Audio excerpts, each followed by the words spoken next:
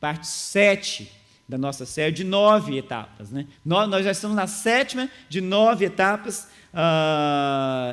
o tema de hoje é fé, e eu vou convidar vocês a ler comigo nosso texto base, né? Gálatas capítulo 5, versos 22 e 23, da versão Almeida corrigida, nos fala assim a palavra de Deus: mas o fruto do Espírito é amor, gozo, paz, longanimidade,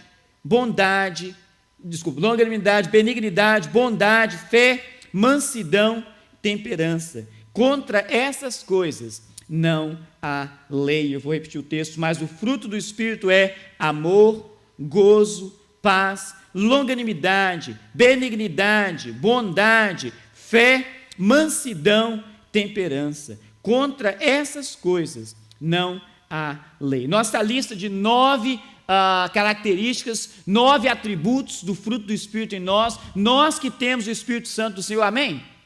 Temos esse fruto em nós e esses atributos precisam ser mostrados em cada uma das nossas vidas. Os atributos são os 9, vamos falar de cor, mas pode ter aqui na tela para a gente também, a nossa lista de 9: amor, gozo, paz, longanimidade, benignidade, bondade, fé, mansidão, temperança. Nosso destaque hoje está em fé, né? E ao longo da série a gente vem falando sobre isso. A ideia é que nós tenhamos a certeza de que nós estamos sendo recarregados, por isso que a série tem esse nome, recarregado, com esses atributos. Todos nós precisamos, todos nós queremos todas essas coisas. E a realidade é que talvez fé, de todos esses atributos, seja o que a gente menos tem condições de trazer para um ambiente físico. Honestamente, amor, eu lembro quando nós falamos de amor, a gente falou de a psicologia, a filosofia, falam de 7, 8, alguns autores chegam a 8 tipos de amor diferentes nos textos básicos do grego antigo. A Bíblia fala de 4, quando a gente falou de amor, a gente falou desses 4, né, os tipos. O primeiro dos 4 tipos que a Bíblia fala é eros, é o amor erótico, não preciso explicar para vocês.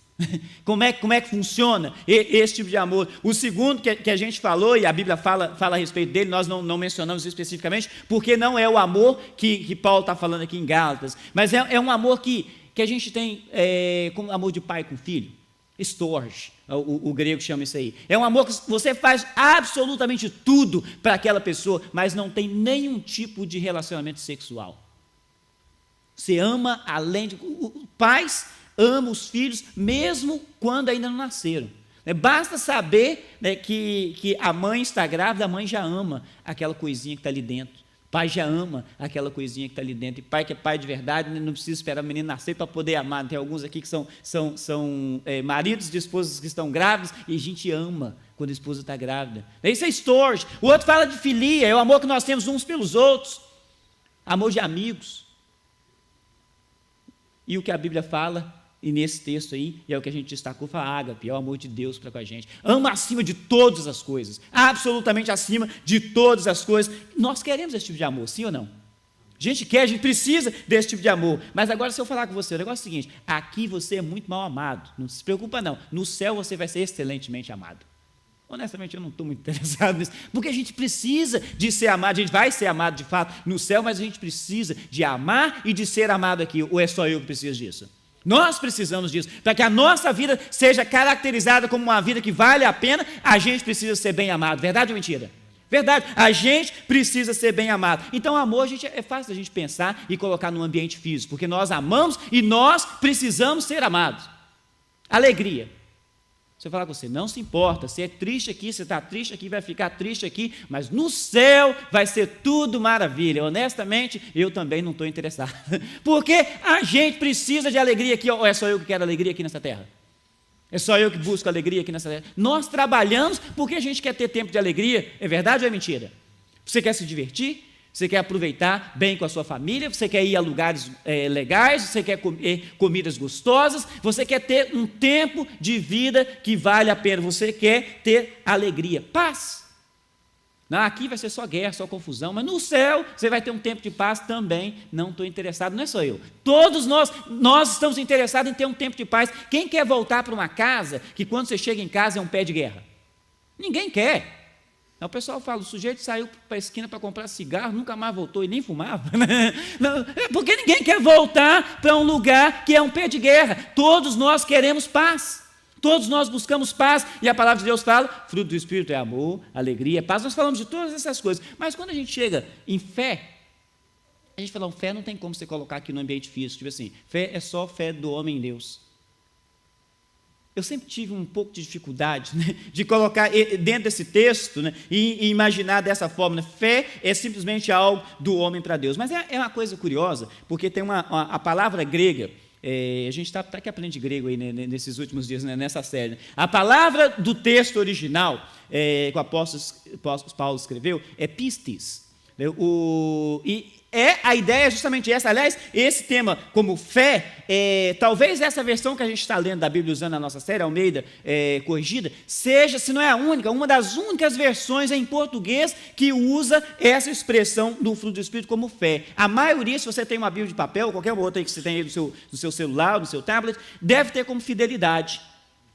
A maioria tem como fidelidade, mas curiosamente, em outras línguas diferentes do português, esse texto aparece mais como confiabilidade.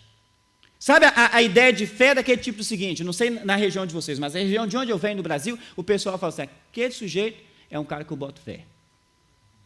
É isso que esse texto está falando, você precisa ser alguém em que eu boto fé nele.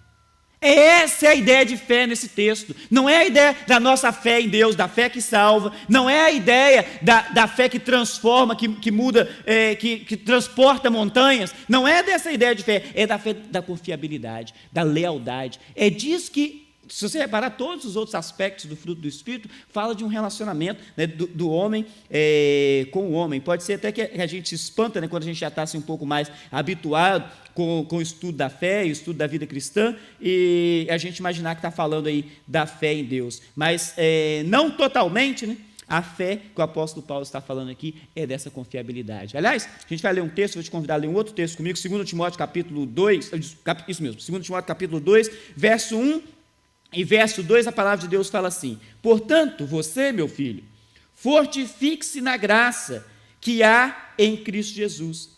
E as palavras que me ouviu dizer na presença de muitas testemunhas, eu marquei uma parte aí para a gente, confias a homens, como aí? Fiéis, que sejam também capazes de ensinar outros. Homens fiéis aqui é exatamente a mesma palavra, que tenha confiabilidade. Não necessariamente, esses homens precisam ser homens tementes a Deus, mas homens que têm confiabilidade. O primeiro pensamento que eu gostaria de trazer para a gente nessa manhã, e se você quiser, você anote aí, é que a fé ou a fidelidade é uma expectativa de Deus. É uma expectativa de Deus. Essa interpretação talvez mais comum de fé em relação a falar fé em Deus, é uma interpretação que nesse texto aí, ela fica um pouco aquém daquilo que Deus espera de nós, daquilo que Deus prepara para nós. Né? Quando nós lidamos com todos os outros 8 aspectos, a gente lida bem facilmente no aspecto na horizontal. Nós lidando com outras pessoas no mesmo patamar nosso, humano com humano. A gente costuma usar essas expressões, né? No relacionamento da igreja, no relacionamento do homem com Deus. No relacionamento na horizontal, nós somos todos iguais, nós estamos todos exatamente no mesmo nível, mas quando a gente fala com Deus, a gente está no relacionamento na vertical. E a fé aqui fala justamente desse relacionamento na horizontal, um relacionamento de lealdade, um relacionamento de confiabilidade. E é isso que Deus espera de nós, e é por isso que Ele plantou em nós o Seu Espírito, para nos dar, a primeira coisa que a gente viu, amor, alegria, paz, paciência, ou longanimidade, benignidade, bondade, e nos dá confiabilidade. Se nós formos pessoas que vivam na capacidade do Espírito Santo de Deus, nós seremos pessoas que dispensará qualquer tipo de apresentação extra, porque nós apresentamos confiabilidade. Durante boa parte da minha vida, meus pais tiveram loja de sapatos. Eu vendi sapato por 14 anos.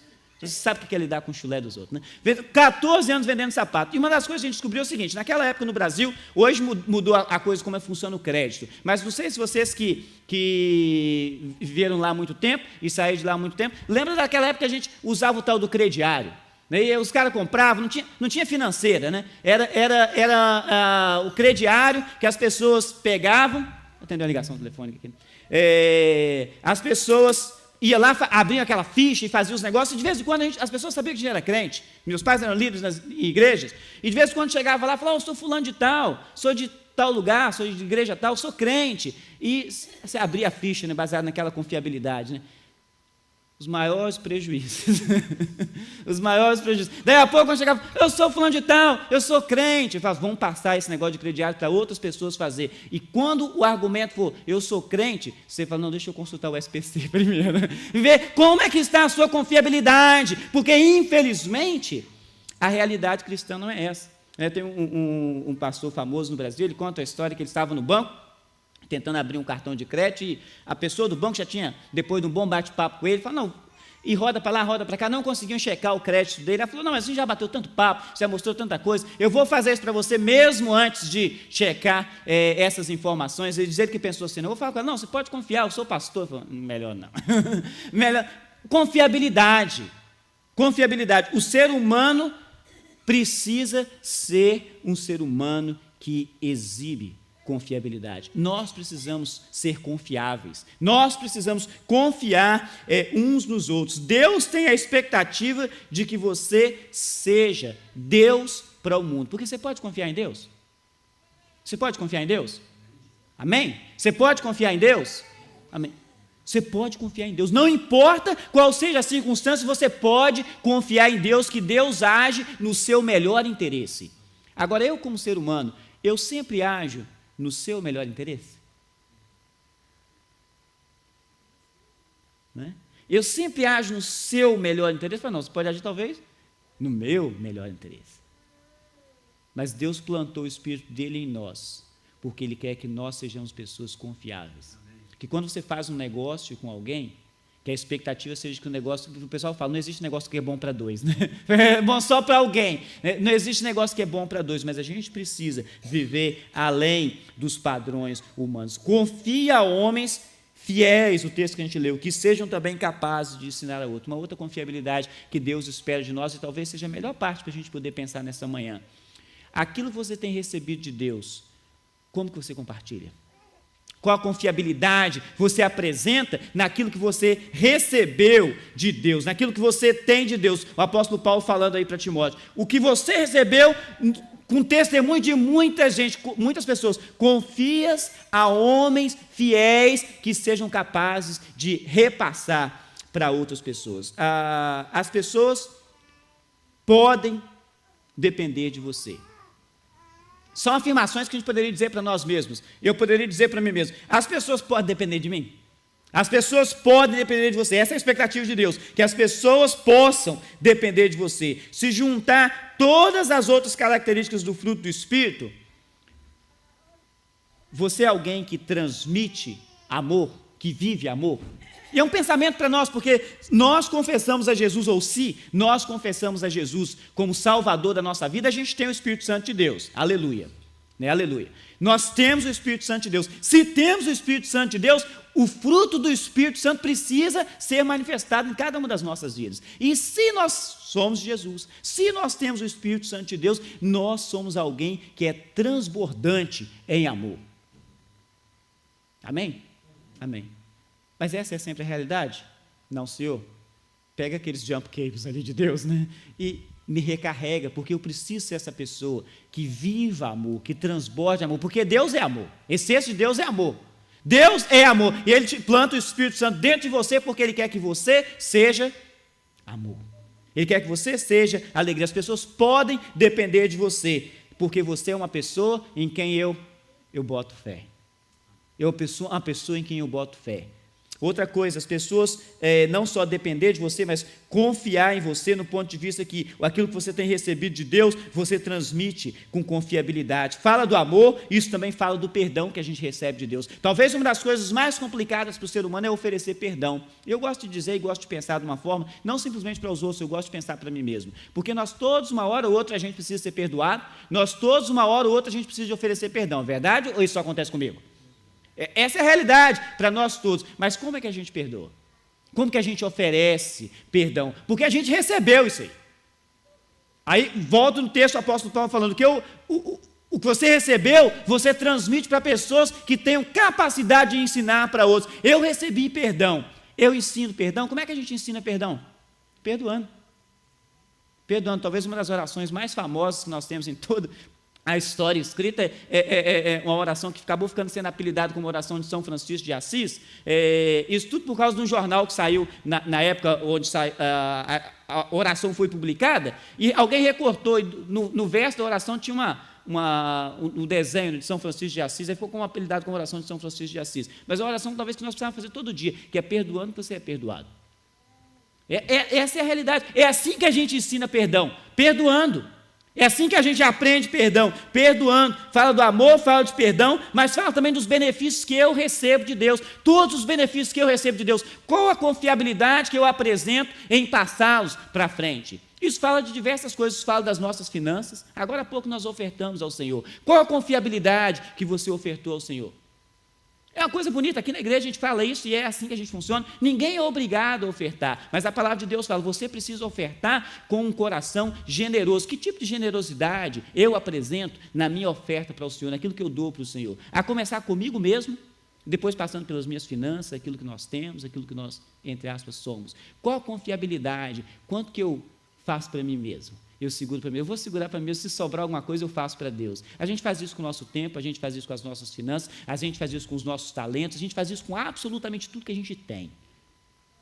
Meu talento, eu uso ele lá no meu trabalho e no cada um do trabalho de vocês, onde te paga $185 por hora.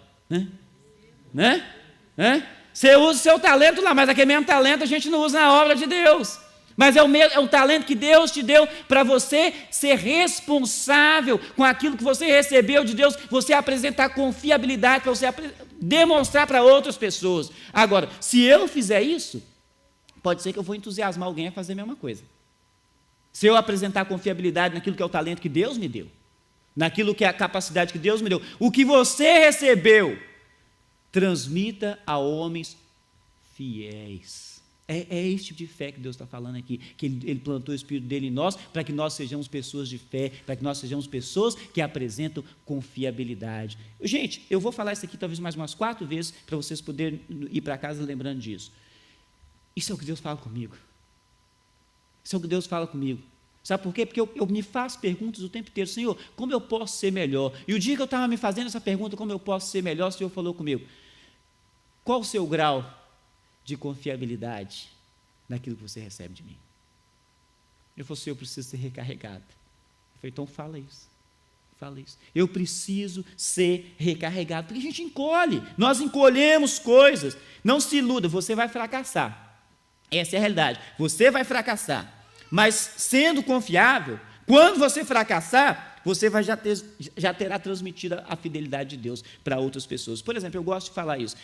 De vez em quando a gente vai a lugares e líderes espirituais, pastores, não importa qual seja o título que você dá, em algumas horas posam de santarrões. É só eu que vejo isso ou vocês também veem esse tipo de coisa?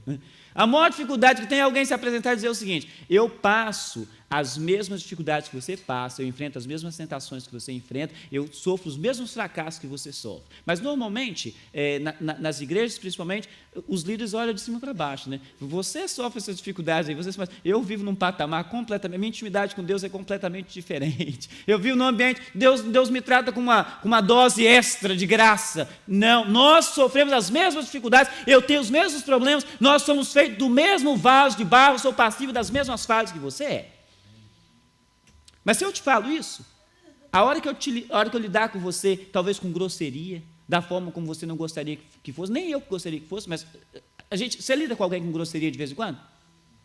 É o jeito que você gostaria de ser? Eu lido com as pessoas com grosseria de vez em quando, é o jeito que eu gostaria de ser? Não é não. Mas a hora que acontecer isso, a hora que você for lidar comigo e que eu voltar para você com grosseria, você fala, que monstro esse que mora dentro desse sujeito, que eu não conhecia. Você vai entender que nós somos vasos de barro. Isso é confiabilidade. Não, mas eu posso oferecer, como a gente costuma dizer, né, dar o benefício da dúvida naquilo que a pessoa falou. Eu posso oferecer o perdão, porque a gente vai ser, à medida que a gente vive, a gente é confiável, vive a expectativa que Deus tem para nós, as pessoas vão olhar para nós com compaixão e não com acusação. os que se passam de santarrões, de vez em quando são taxados de hipócritas, né? Viram fariseus, porque falam uma coisa e vivem outra. A gente está vendo exatamente isso agora, não é no cenário religioso, mas no cenário político aqui nos Estados Unidos. Está um bafafá essa semana toda aí, não vou fazer nenhuma apologia política aqui, nem para um lado, nem para o outro, mas a gente tem um grupo bem liberal na política americana e um grupo supostamente bem conservador na política. E essa semana para trás aí aconteceu que desse grupo conservador, entre as muitas coisas bem conservadoras, há temas, por exemplo, polêmicos como aborto. Aí o grupo bem conservador fala assim, já aborto não existe, não pode fazer, não tem tempo, não tem hora alguma. Mas uma dessas pessoas, um desses deputados, né, num grupo desse conservador, que defende bem a família, né, essa ideia de defender a família, defender o ser que está vivo, né, ele tinha um amante, um defensor da família, né? Mas a amante ficou grávida. E qual foi a sugestão dele? Aborto. Aí o que ele volta na polícia? Hipócrita. Os seus colegas de partido falam, esse sujeito não pode se candidatar de novo, porque ele é um hipócrita, ele ensina uma coisa, mas ele quer viver uma completamente diferente. Ensina uma coisa, mas quer viver uma completamente diferente. Quando nós fazemos isso na nossa relação cristã, é isso que vai acontecer conosco, que a gente está vivendo diferente da expectativa de Deus. Mas nós precisamos apresentar confiabilidade. Se você confia, se você apresenta confiabilidade, a hora que você fracassar, e você vai, os seus irmãos vão te ajudar para você se levantar e não vão te pisar como um hipócrita, como um fracasso. Segunda coisa, pensamento para a gente, não só a fé é uma expectativa de Deus, mas a fé é um projeto de Deus. Na minha oração, dizia para o Senhor, Senhor, o que o Senhor quer de mim? E o Senhor me respondeu, você sabe de cor, Gálatas 5, 22, 23. Senhor, o que o Senhor quer de mim? Você sabe de cor, Gálatas 5, 22 e 23. Mas outros textos a gente conhece da palavra de Deus, tipo Mateus 5, 14, o Senhor Jesus fala para os seus discípulos, vocês são a luz do mundo, ou nos textos mais tradicionais, vós sois a luz do mundo. Mas ele se conhece, ele fala, e nós conhecemos textos como João 8, verso 12, quando Jesus fala, eu sou a luz do mundo. Mas vem cá, quem é a luz do mundo, Jesus ou eu? Porque ele fala que eu sou a luz do mundo, mas ele fala que ele também é, sabe o que ele está falando? Que ele quer que você seja igual a ele. Ele quer que você seja igual a ele. O que ele está dizendo é isso, você precisa ser a luz do mundo, porque você é igual a mim, e eu sou a luz do mundo. Ele fala, mas Jesus, você está querendo demais de mim, porque eu não sou igual a você. O apóstolo Paulo fala, 1 Coríntios capítulo 2, verso 16, ele fala, nós temos a mente de Cristo. Olha que coisa, que desafio para nós, você sabe quem é você se conhece com todas as suas qualidades e com todos os seus defeitos. O apóstolo Paulo fala, nós temos a mente de Cristo. O Senhor, essa mentezinha minha aqui não pode ser a mente de Cristo, mas ele fala, é a mente de Cristo. A fé que salva é um projeto, é um presente de Deus. A fé que realiza maravilhas é um presente de Deus. Aquela galeria da fé que a gente vê lá em Hebreus capítulo 11, a gente conhece como a galeria da fé, é tudo presente de Deus. Hebreus capítulo 11 lista toda uma qualidade de pessoas que viveram num patamar talvez diferente do nosso, né? Começa o capítulo 11, o escritor aos Hebreus dizendo o seguinte, que a fé é o firme fundamento das coisas que se esperam e a prova das que não se veem. Isso nas versões mais tradicionais. Nas mais contemporâneas fala o seguinte, a fé é a certeza daquilo que você não sabe e a prova daquilo que está para vir. Mais ou menos assim. E o escritor aos Hebreus começa a dizer, foi pela fé que Abel, lá, os primeiros filhos de Adão e Eva, pela fé Abel apresentou um sacrifício a Deus melhor do que o do seu irmão. Pela fé Enoque, vem o outro descendente lá, Enoque foi levado para o céu vivo para não ver a morte, porque ele quis andar muito com Deus. Ele continua dizendo, pela fé Noé, ainda que não conhecia absolutamente nada, não tinha chovido, nunca tinha chovido na terra, e Noé escutou de Deus, faça uma arca, um barco enorme, Noé fez um barco enorme, pela fé, ele nunca tinha visto chuva, não existia chuva. Aí passa de Noé, ele pula lá para Abraão, e o escritor aos Hebreus fala, pela fé Abraão saiu do seu lugar, da sua família, no meio da sua parentela, foi para um lugar que ele estava na expectativa que Deus iria mostrar para ele. Ele fala dos filhos de Abraão, fala de Isaac, pela fé Isaac abençoou os seus filhos, Jacó e Esaú. Fala de Jacó, pela fé Jacó abençoou os filhos de José, lá naquela história do Egito. Pela fé José pediu que falava da saída do povo do Egito, e leva meus ossos quando vocês saírem daqui, desse lugar, e vai toda aquela situação. Aí começa a contar toda essa história do povo de Israel, e uma coisa que eu acho lindo, se você cresceu na igreja, você conhece essas histórias da muralha de Jericó, né, que caiu, todo aquele muro de Jericó, mas o cidadão que estava envolvido na direção de todas essas coisas, Josué, ele não aparece nessa galeria. É curioso isso. Lá, o verso 30 de Hebreus 11 fala isso, que pela fé as muralhas de Jericó caíram, mas não conta quem é que estava envolvido por trás. Mas o próximo verso 31 fala uma coisa que me bate assim, uau, que coisa maravilhosa. Pela fé, Raabe, e o escritor abre uma vírgula e dá um destaque para Raabe, a prostituta, e ele fecha outra vírgula, foi salva porque ela confiou. Eu acho bonito, não menciona Josué, mas menciona Raabe, uma prostituta. Eu gosto de falar uma coisa a respeito da nossa igreja, a gente não aceita tudo não, mas a gente aceita todos, porque Deus aceita todos. Deus não aceita tudo também não, mas Ele aceita todos, porque todos podem ter uma vida transformada. Toda essa galeria da fé, fala dessa fé que é um presente de Deus. Deus não espera que nós sejamos como esses servos do passado, porque nós somos servos do presente. Deus espera que você seja servo agora, não é servo no passado, é servo do presente. O projeto de Deus não é que você remova montanhas, o projeto de Deus é que você faça discípulo. E é para isso, e para isso você vai precisar de ser uma pessoa de fé, uma pessoa de lealdade, uma pessoa de confiabilidade, porque as pessoas testarão a sua confiabilidade. As pessoas me testam, estou falando eu mesmo. Vocês querem saber se o meu sim é sim para todo mundo? E se o meu não é não para todo mundo? Eu passo por esses testes todos os dias. As pessoas querem saber, tipo assim, é não só para mim ou é não para todo mundo? É sim só para mim ou é sim para todo mundo? Você vai ser testado na sua confiabilidade. As pessoas vão tentar saber isso, se você fala sim, é sim mesmo, ou se tem alguma condição, ou se depende da situação. Nós testamos as pessoas, mas só que isso é uma faca de dois gumes, né? E a palavra de Deus fala isso, Mateus capítulo 7. Não julgueis, para que você não seja julgado, porque da forma como você julga, eles vão te julgar. Na medida que você julga, eles vão te julgar. Eles vão te julgar. Então, essa é a expectativa. O projeto de Deus é que a gente, de fato, faça discípulos. Deus não quer que a gente saia... talvez no nosso fazendo discípulos, a gente vai fazer maravilhas que eu nem não tinha essa expectativa. Eu não imaginava essa situação, mas o que Deus quer é que você faça discípulo. Faça discípulo, escolha alguém. Quem é seu discípulo? Quem é a pessoa que você conduz na presença de Deus, passo a passo, tempo a tempo, uma pessoa em quem você vai instruindo, né? Timóteo, do texto que a gente leu aqui, né? Timóteo era um dos discípulos de Paulo. Quem é seu discípulo? Quem é que você transmite confiabilidade? Terceira coisa para a gente poder finalizar nosso tempo, a fé também é uma característica de Deus. Ser alguém em quem se pode confiar é uma característica de Deus. Não se iluda, né? Todo ser humano vai falhar com você. Todo ser humano vai falar com você. Se você lida com um ser humano, vai falar com você. As máquinas falham com a gente também, né? Hoje a gente está passando a experiência do nosso computador, né? As máquinas falham com a gente, mas todo ser humano vai falhar com você. Talvez foi ontem, né, que o ser humano falhou com você, talvez vai ser hoje, talvez vai ser amanhã, ou talvez vai ser daqui a 20 anos, mas todo ser humano vai falhar com você. Se você lida comigo, eu vou falhar com você. Se você lida comigo, eu vou falhar. Uma hora eu vou fracassar com você. Uma hora, mas eu imaginei, né, que você imaginou errado, porque eu sou ser humano, tão quanto você.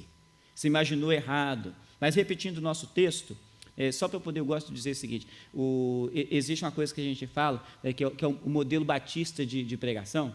O modelo batista é o seguinte: você lê o texto, foge do texto e nunca mais volta naquele texto. Então, para poder voltar naquele texto que a gente falou aqui do 2 Timóteo 2, você fortifica na graça que há em Cristo Jesus, as palavras que ouviu dizer na presença, confia a homens fiéis, esse texto a gente leu, confiar a homens fiéis, né, que sejam capazes de ensinar a outros. Se você é uma pessoa que repassa ou que não repassa, né, com fidelidade aquilo que você recebeu de Deus, tem duas opções para você. A primeira delas é o seguinte: você se enganou nos seus sentimentos e você não recebeu nada de Deus.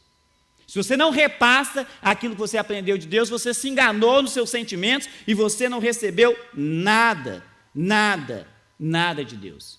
Uma ilusão que a gente tem, talvez uma grande ilusão, é que quem vem na igreja é da igreja, né? O tempo que a gente usa na rua, as pessoas usam na rua, dizem, o fulano é da igreja. Talvez até seja da igreja, mas não necessariamente é de Deus. Uma ilusão que às vezes a gente tem é que todas as pessoas que vêm à igreja são de Deus. Não é verdade. Isso não é verdade. Você gostaria que fosse, Flávio? Eu gostaria. Gostaria muito que fosse. Eu gostaria muito que fosse verdade, só que não é verdade. Isso não é verdade. E essa é uma ilusão, porque às vezes as pessoas são da igreja, mas não são de Deus, e não tem absolutamente nada para poder passar para frente, porque não tem nada, está vazio. Vai passar o quê para frente? Não tem nada, não recebeu nada, não tem nada de Deus. Então, talvez a expressão corriqueira, né, que é da igreja, seja a mais pura realidade. É da igreja, mas não é de Deus. E você precisa ser alguém que é de Deus, porque se você é de Deus, você recebeu algo de Deus, e se você recebeu algo de Deus, você precisa ser essa pessoa confiável que passa esse algo de Deus para frente. E eu faço de novo a pergunta: quem é seu discípulo? Passa esse algo de Deus para frente. A segunda coisa não só é enganar os seus sentimentos e não ter recebido nada, mas a outra coisa é você está negligenciando, se você não repassa com fidelidade o que Deus te deu, se não é uma pessoa de fé, uma pessoa de confiabilidade, você está negligenciando a ação de Deus em você. O que é negligenciar? É poder fazer alguma coisa e optar por não fazer. Quantas vezes a gente faz isso, né? Você pode fazer alguma coisa e você opta por não. A gente faz isso, por exemplo, o pessoal costuma usar uma expressão em inglês, né? Você dá o olho cego, né, para aquela situação, né? The blind eye. Né? Você não vou olhar. A gente está vivendo momentos agora. Haiti está destruído, já tem tempo, né? Não foi esse último furacão que destruiu. Mas está vivendo situações precárias. Parte da Flórida está destruída, e a gente mostra o olho cego, fala: não vou nem preocupar com esse negócio, não, porque se for preocupar, eu não tenho condição de resolver os problemas do mundo. Verdade, você não tem, mas você está fazendo o melhor seu, dentro daquilo que Deus te deu capacidade para fazer, capacitação para fazer. Você não tem como resolver os problemas do mundo, não tem, ninguém tem, mas você está dando o seu melhor? Eu estou dando o meu melhor? É uma pergunta, e a verdade é que a palavra de Deus fala que quem sabe fazer o bem e não faz, o que acontece? Comete pecado.